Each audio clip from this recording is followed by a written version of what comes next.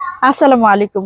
হারিয়ে যেতে দেয়া যাবে না করমচা ফলকে, কেননা করমচা ফল আমাদের শারীরিক এবং মানসিক সুস্থতার জন্য খুবই উপকারী। তাছাড়া আমাদের সৃষ্টিকর্তা সিজনাল যে সমস্যাগুলো আছে, রোগ ব্যাধি আছে, এগুলো দূরীকরণের জন্য কিন্তু বিভিন্ন সিজনে বিভিন্ন ধরনের ফল আমাদের দিয়ে রেখেছেন। এই যেমন করমচা ফল তার মধ্যে অন্যতম একটি ফল। এই করমচা ফলের বৈজ্ঞানিক নাম হচ্ছে ক্যারিসা ক্যারান্ডাস এবং দেখতে খুবই আকর্ষণীয়। এই যে দেখছেন, খুবই সুন্দর দেখতে, যেটি পুরোই একেবারে চেরি ফলের মতো।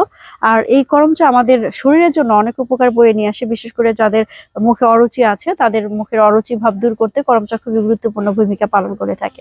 আর গর্ভবতী নারীদের জন্য করমচার কোনো বিকল্প নেই। তা গর্ভকালীন যে সমস্যাগুলো হয়ে থাকে, ঘন ঘন জ্বর হওয়া বা অরুচি হওয়া, এই অরুচি ভাব দূর করতে সহযোগিতা করে।